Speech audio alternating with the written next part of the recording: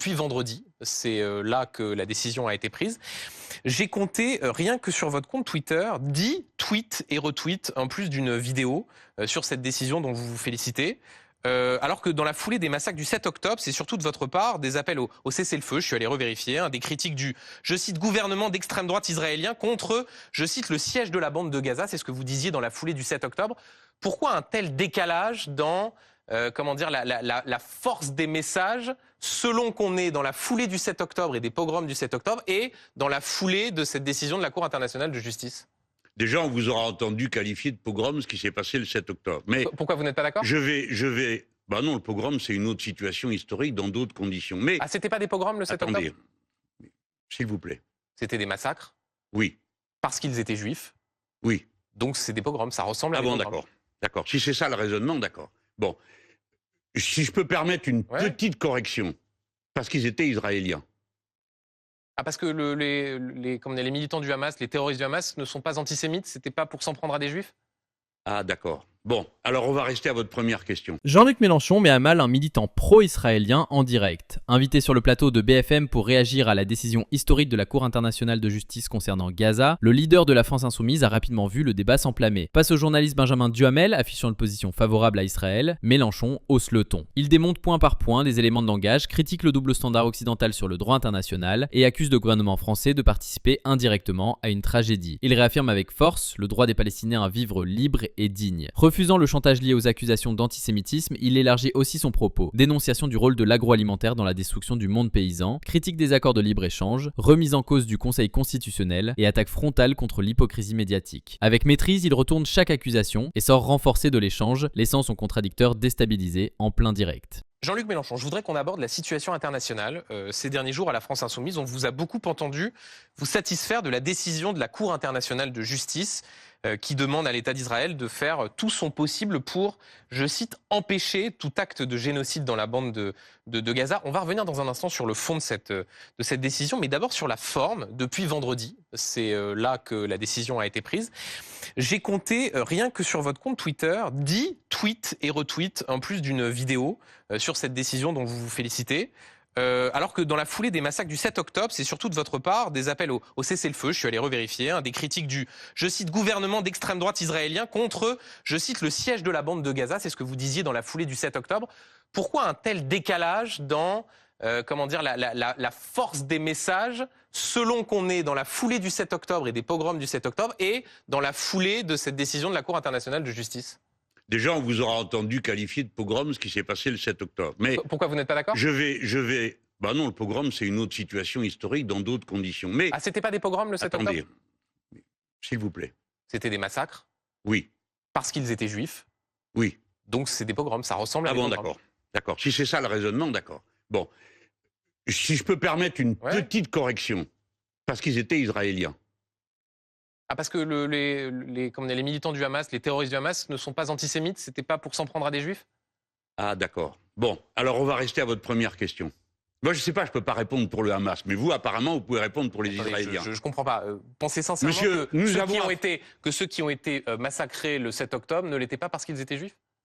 Mais bien sûr que oui, d'autant que l'État israélien a eu cette mauvaise idée de se déclarer État des Juifs alors qu'il s'agissait d'un État-nation. Là, c'est pas le débat. Simplement, je reviens sur le fait que non, mais le débat, ça peut pas être que ce qui vous arrange. Attendez, vous contestiez l'utilisation du mot pogrom. Je vous redis que le 7 octobre. Très bien.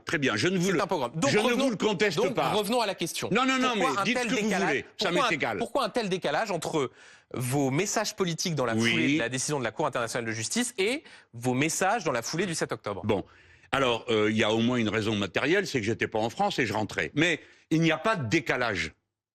Je ne vous permets pas de dire qu'il y a un décalage, parce que c'est une manipulation à mon sujet. C'est une manière de faire croire que je suis indifférent à la souffrance des civils. C'est une question. Je vous dis, je vais regarder vos tweets et je peux répondre, s'il vous plaît? Bien sûr. Parce qu'il y a une limite à ce qu'on peut supporter comme homme. Des accusations qui sont portées contre soi. Il y a une limite.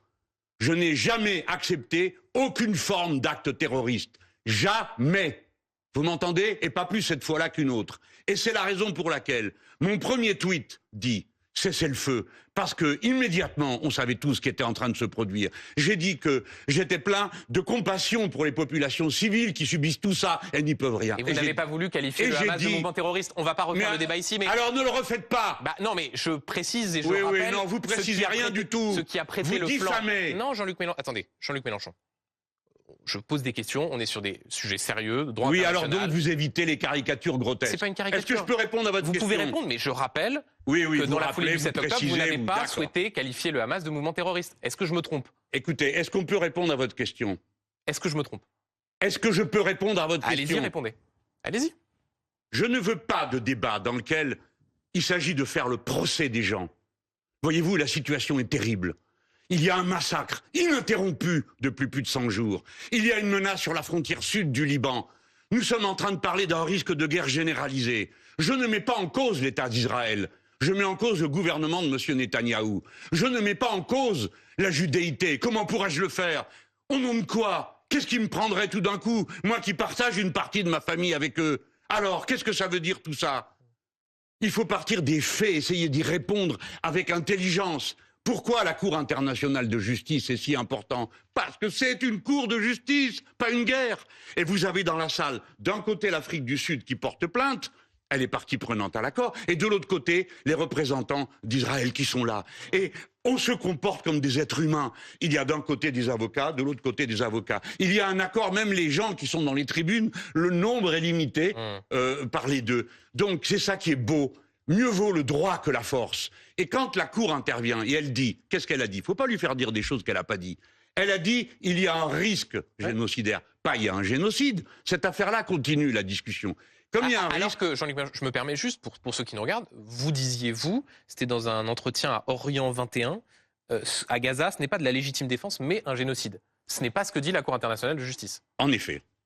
Oui, en effet. La Cour dit qu'il y a un risque, mais qu'elle va trancher sur le génocide. Moi, je cautionne pas ce que vous avez cité, peut-être que c'est pas vrai. Ah si, alors là, j'invite tous ceux qui nous regardent, et par ailleurs, Thomas Porte, voilà. Voilà, oui, d'accord. Voilà. Ce n'est pas de la légitime défense, mais un génocide. Oui, d'accord.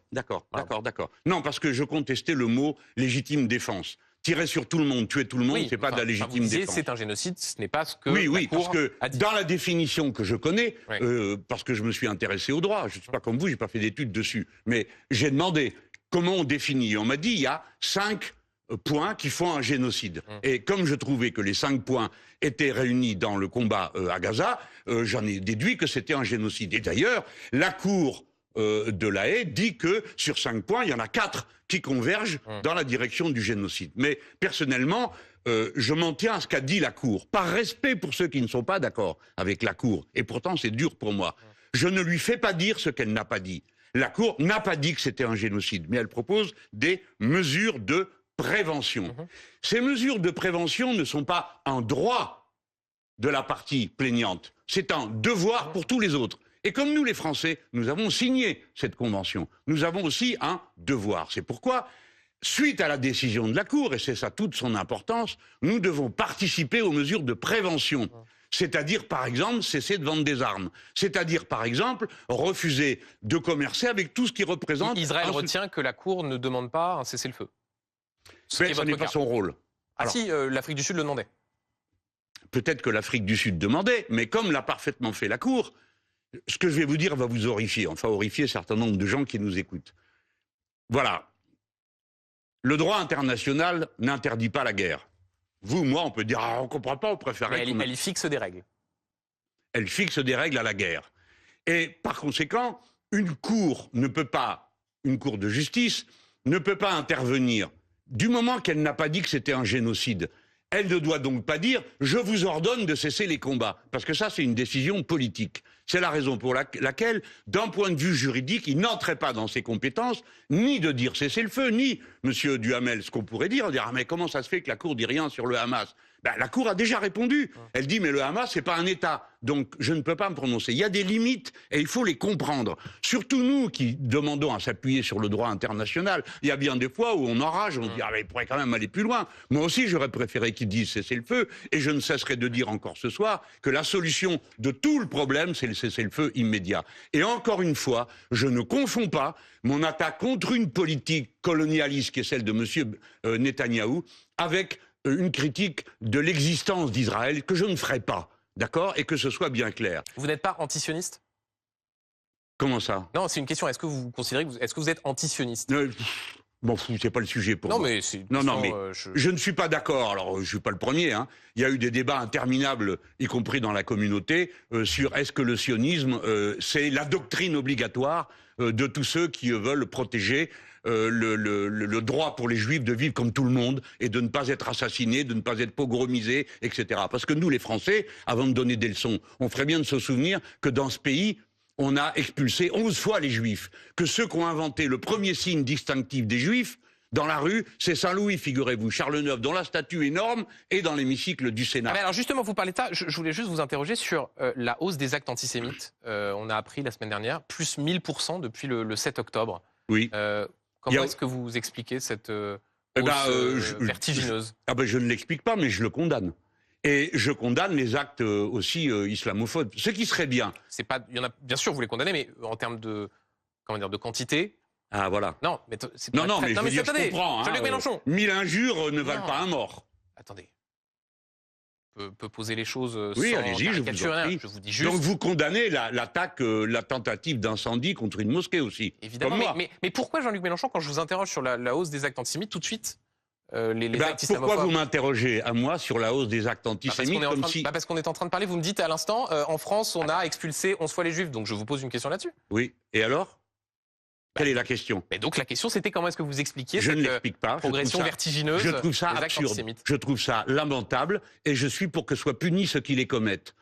Mais je suis obligé de noter que les actes doivent être tous mesurés pour être crédibles, monsieur Duhamel. Pour que les gens, la France, toute la France doit... Vous considérez qu'il y a quelque chose de pas crédible dans les... Eh bien, quand il y a un incendie contre une mosquée à l'heure de la prière et qu'on dit que c'est pas terroriste, il y a peut-être un problème, non? Il y a peut-être un problème. Quand augmente de 10 000% les actes anti-insoumis dans le pays, quand on nous brûle notre maison, quand on nous attaque, quand on nous frappe, quand je suis menacé de mort, quand 2 personnes sont... Il y a un problème. Donc il ne faut pas donner l'impression qu'en quelque sorte, la France serait un pays antisémite. La France n'est pas antisémite. Il y a une bande d'énergumènes antisémites, c'est pas pareil. Et je les récuse que... Et ça doit être mes compatriotes, je ne peux pas être d'accord avec ce type de comportement. L'antisémitisme est une absurdité. Ça n'a aucun sens, pas plus que le reste du racisme. Haïr les Noirs, haïr les Arabes, haïr l'islam, haïr le judaïsme n'a pas de sens. Ce sont des choses qui procèdent de l'existence dans laquelle nous prenons notre place. Je veux dire l'existence de religions, l'existence de couleurs de peau différentes. Et nous autres Français, nous sommes la première nation à avoir posé comme principe politique la similitude absolue des êtres humains et la fin des persécutions religieuses, grâce à notre grande révolution de 1789. Un dernier mot sur ce sujet avant quelques questions politiques. L'Agence des Nations Unies pour les réfugiés palestiniens est très déstabilisée après le licenciement de plusieurs de ses salariés accusés d'avoir été impliqués dans l'attaque du 7 octobre. Les États-Unis, l'Italie, le Canada, la Grande-Bretagne notamment ont annoncé suspendre leur financement. La France, elle, est dans une position d'attente. Je cite le Quai d'Orsay, la France n'a pas prévu de nouveaux versements au premier semestre 2024 et décidera le moment venu de la conduite à tenir en lien avec les Nations Unies. Pas de suspension, mais une attente d'éclaircissement. Est-ce que la position française vous convient? Comme c'est fait là, d'abord il faut que tout le monde comprenne, parce que si on se contente de lire la dépêche de l'AFP, on ne peut pas le comprendre. Il se trouve que la France a payé sa quote-part. Oui, a déjà payé, donc il n'y a plus rien à payer. Il n'y a plus rien à payer. Donc, mais ce qui ne va pas, c'est de dire, donc la France a décidé de s'associer. Non, la France a dit qu'elle attend la conclusion de l'enquête. Parce que si en effet des membres des Nations Unies ont pris part d'une manière ou d'une autre au combat, c'est un sérieux problème. Et en particulier à un acte comme celui du 7 octobre. Et là, ça justifiera, selon vous, de couper le financement à l'agence Mais je ne veux pas qu'on donne l'impression que cette agence était en quelque sorte une bande armée. Je voudrais que par respect pour les membres de l'ONU, 60 sites de l'ONU ont été détruits, 100 personnes de l'ONU ont été tuées. Et Israël, ou plus exactement le gouvernement de M. Netanyahou, n'a pas encore donné une seule démonstration de la culpabilité de ces personnes. Israël, le gouvernement de M. Netanyahou a attaqué. C'est tout, sans prouver. Alors nous verrons, il y a une enquête. J'admire l'agence qui a immédiatement suspendu cette personne sur le simple doute qu'elle y ait participé. Et j'espère, parce qu'il faut quand même dire les choses comme elles sont, ceci pourrait être, Je sais qu'en guerre, c'est un grand moment d'objectivité, mais pourrait être une manière de continuer la guerre par d'autres moyens, en interdisant à cette agence d'agir, d'avoir des moyens, non pas pour commettre des massacres, mais pour apporter la seule aide que reçoivent aujourd'hui les Palestiniens. Donc, la France a raison de dire, on ne peut pas accepter qu'une agence de l'ONU participe à des actions que nous réprouvons. Mais pendant qu'on y est, monsieur Duhamel, rappelez que nous avons 700 Français sous casque bleu au Liban. Donc on ferait bien de peser ce qu'on raconte. Quelques questions politiques pour finir. Jean-Luc Mélenchon, vous ne vous êtes pas exprimé depuis la nomination de Gabriel Attal, plus jeune Premier ministre de la Ve République. Est-ce que ça ringardise une partie de la classe politique ou est-ce que la jeunesse, ça ne compte pas? Ça, c'est une belle alternative. Alors, ringardise la classe politique, comme moi-même j'ai 72 ans. Bon, vous n'êtes pas le seul dans la classe politique je sais pas, mais attendez, je suis responsable. Oui, oui. Je suis responsable de quelque chose dont je suis pas responsable, parce que, soit dit par parenthèse, vous n'êtes pas responsable de votre âge et moi non plus. Je vous confirme. Bon, alors là, je présente des inconvénients. Je pense qu'il faut que cette formule soit rappelée ici. Quelques-uns, et puis présente aussi des avantages sur lesquels je ne m'étendrai pas. Mais un de ces avantages a aussi des fois un intérêt pour la chose publique. C'est l'expérience accumulée. Je ne dis pas que ce soit décisif, mais disons que ça aide. Moi, en tout cas, je dois vous dire, ça m'aide. J'ai connu le monde de Yalta, j'ai connu la décolonisation de l'Algérie. Donc il y a un manque d'expérience du nouveau Premier ministre? Non, il est très expérimenté, nous le savons tous, puisque à son âge, il est normal, tous les événements qu'il a vécus. Non. Puisque vous me posez une alternative du diable, dans les deux cas, j'ai tort. Ou bien je décrédibilise tous ceux qui sont comme mon âge, ou bien je décrédibilise les jeunes. Alors, c'est pas non plus une trouvaille. Non, je pense que je connais les vers de Corneille, la valeur n'attend point le nombre des années. Vous avez bien né. D'accord. Bon, dans le Cid. Bon, quand même, c'est pas rien. Je ne vais pas dire le contraire, je suis trop lettré pour ça. Mais disons qu'on peut légitimement avoir, non pas un doute, mais dire attention, il faut qu'il soit vraiment bien entouré de conseils, et sans doute son art à lui est d'entendre. Mais vous dénonciez souvent Elisabeth Borne, tous ces 49.3. Est-ce qu'à minima, vous dites là, on a en face de nous un politique qui parle la même langue que... Non, nous ne parlons pas la même langue, et surtout, nous parlons moins imprudemment qu'il ne l'a fait. Par exemple, tout à l'heure, sur votre chaîne, je l'ai entendu répondre à un agriculteur, « Non, mais c'est pas possible qu'on vous impose des choses sans vous donner de contrepartie. » Alors, pas de bol, il se trouve que la question des pesticides sur les betteraves revient en 2024. Qu'est-ce qu'il est en train de dire? Comme son ministre des Affaires étrangères qui avait dit « Si jamais on va à la cour de la Haye, c'est franchir une ligne rouge », est-ce qu'il s'apprête à annoncer qu'il va autoriser les néonicotinoïdes sur les betteraves parce que les pauvres betteraviers auraient du mal avec cette histoire? Vous voyez, il faut réfléchir. C'est pour ça, des fois, moi-même, j'ai parlé trop et j'en ai tiré des leçons pour moi-même. Il devrait le faire. Il faut réfléchir exactement au monde miné dans lequel on vit.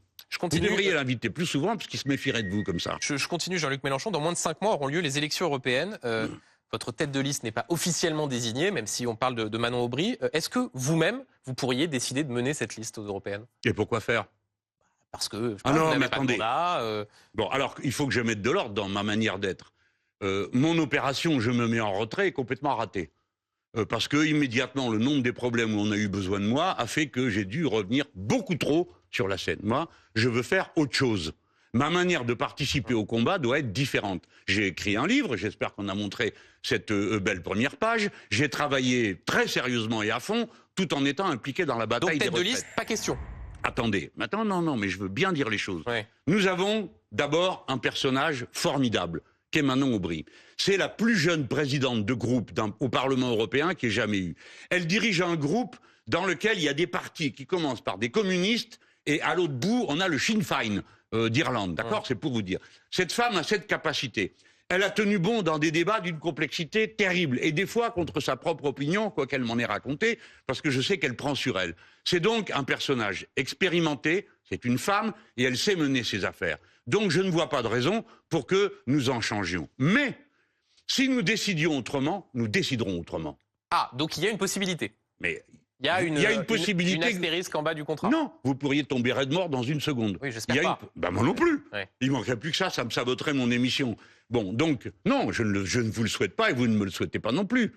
Bon, vous me souhaitez longue vie. Absolument. Eh bien voilà, déjà mes adversaires vont vous en vouloir. Bon, donc, je veux dire que Non, mais donc c'est pas totalement exclu. Mais bien sûr que si. Notre intérêt, écoutez-moi, monsieur Duhamel, notre intérêt est qu'elle soit en situation de faire le meilleur score possible. C'est notre intérêt, donc on va tout faire pour ça. Alors je change. Qu'est-ce qui pourrait vous pousser à finir par mener cette liste aux européennes? Non, moi Ouais. Écoutez, alors vraiment, il faudra avec un palan m'y emmener, parce que je n'ai pas envie.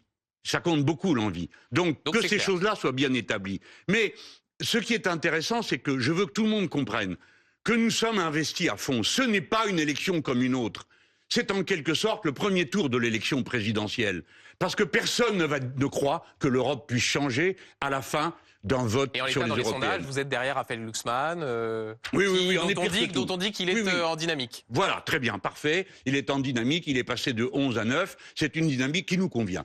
Alors, restons sûrs. Mais quand bien même tous seraient-ils devant nous, Monsieur Duhamel, écoutez-moi bien, quand bien même tous seraient devant nous, nous ne cesserions pas le combat.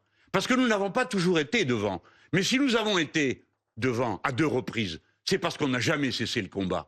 Et donc là, ce que nous voulons, avec Manon Aubry, c'est faire une liste qui soit une liste de tous ceux qui sont alliés aux élections législatives. Et car nous avions signé un accord sur les européennes, Mélenchon, juste parce que l'actualité se fait en direct, on me signale à l'instant que sur 20 minutes, Manon Aubry propose sa candidature pour mener la liste de l'Union populaire. Eh bien, elle fait très bien. Et donc, vous lui dites banco. Eh bien, moi, je lui dis bravo, comme beaucoup d'autres. Il n'y a pas que moi qui vais dire ça. Ouais, je pense que tout le mouvement insoumis va le dire, parce que nous avons du respect pour son travail, nous l'admirons, et en plus, on l'aime. Si ça pour terminer le tableau. 2 questions rapides. La première, dans des confidences à nos confrères du Figaro, vous dites la chose suivante sur ceux qu'on appelle les frondeurs de la France insoumise, que ceux qui ne sont d'accord sur rien et vous voient comme un tyran devraient quitter le mouvement. Donc c'est quoi, la porte de sortie à Alexis Corbière, Raquel Garrido, Clémentine Autain? Non.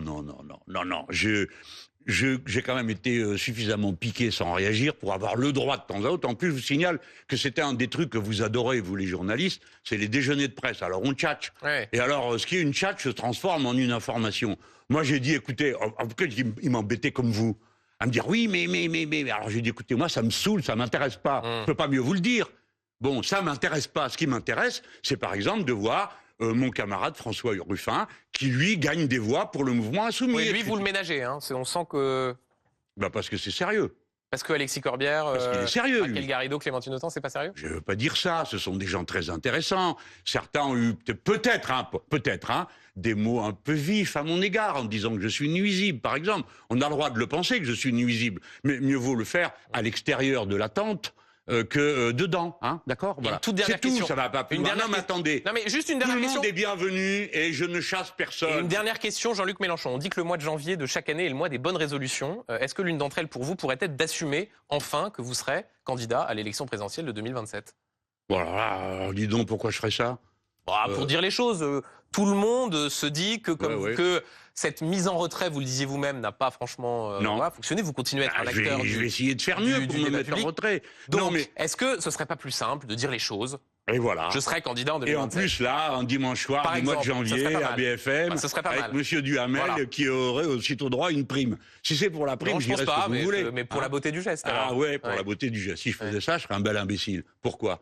Parce que je vais vous dire quel est mon devoir. Je serai au poste où on me dira d'aller. Mais je ne veux pas que tout ce que nous avons construit en 20 ans soit ramené à une personne. Donc, nous sommes en train de créer les conditions d'émergence de plusieurs dirigeants à niveau d'une élection présidentielle. Il n'y a que nous qui avons ça dans nos rangs. Les autres n'ont pas ça dans leurs rangs. Voyez-vous, M. Bardella n'est pas capable d'être un candidat à l'élection présidentielle en 2027. C'est un ticket. Marine Le Pen à l'Élysée, Jordan Bardella à Matignon. Voilà, c'est déjà, il parle à l'Élysée lui-même. Eux-mêmes conviennent qu'il ne fait pas le niveau. Bon, de la même manière, personne ne s'imagine que M. Glucksmann va devenir tout d'un coup un candidat à la présidentielle. Ah bon, pourquoi? Parce que Faure, pour l'instant, est lui-même candidat. Donc, ils sont déjà 2. Il le dit pas. Hein. Ah, il le dit pas. Alors lui, vous lui demandez pas de le dire.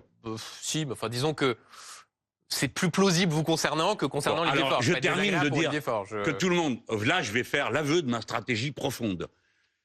J'ai décidé de ne plus être candidat à l'Assemblée nationale, de manière à ce que les talents de l'Assemblée nationale ne soient pas gênés par la présence permanente du vieux. Mais vous dites, je serai à la place... oui, mais j'irai là où on me demande d'aller, donc ça peut être, s'il n'y a pas mieux, à la candidature. Non, mais c'est pas comme ça que je vois les choses, moi. Je vois qu'il y a des candidats qui sont là, qui sont valables. Vous avez Madame Panot, qui est une brillantissime chef de groupe parlementaire, qui a fait ses preuves. Qui pourrait être candidate à l'élection présidentielle. Évidemment. Vous avez un gars comme Emmanuel Bompard, qui est l'homme qui a dirigé 2 campagnes présidentielles et 3 européennes, et qui a... bon, je veux dire, c'est une tête, quoi, tout le monde le sait. Ça en fait 2. Vous avez François Ruffin, qui en est un 3e. Bon, au moins, il y en a 3. Et puis je pourrais, moi, citer, si j'allais jusqu'au bout de mon panel, je citerais Clémence Guettet, qui dirige la mise au point du programme depuis maintenant Mais deux vous avez campagnes un présidentielles. préféré ou une préférée pour 2027 ? J'ai pas le droit. C'est non. Mais au fond de vous, vous en avez une préférence. Mais si c'est au fond de moi, ça vous regarde pas, parce qu'il y a au fond de moi, parce qu'il y a un tas de trucs qui sont pas si présentables que ça. Mais vous allez au pas fond me le de dire. moi. Mais non, puis surtout, je vais vous dire pourquoi. J'ai assisté à une erreur de cette nature. J'ai vu François Mitterrand nous imposer un candidat, nous dire c'est celui-là. Et nous, comme on suivait, hein, le vieux avait dit, donc on faisait. Résultat, on s'est tapé 10 ans de guerre civile et on s'est affronté bêtement à Lionel Jospin, qui était quand même, et de loin, le meilleur des nôtres. Merci beaucoup, Jean-Luc Mélenchon, d'avoir été Merci, ça va, on n'a de... pas trop monté le ton, j'ai pas été trop désagréable pour Parce vous. que les téléspectateurs jugeront. En Non, tout cas, non, on a parlé demandez pas des ça, sujets. vous êtes condamné. On a parlé des sujets. Moi, j'essaye de vous ménager. Sans concession. Et on fait du fond. Voilà. Oui, c'est vrai, Pour on que a les pu choses- bien pour que les parler. choses soient J'espère que dites. tout le monde a compris. Je suis contre le libre-échange et que donc ça me fait ami des paysans. Merci beaucoup, Jean-Luc Mélenchon, d'avoir été Merci. l'invité de BFM TV et de C'est pas tous les jours dimanche.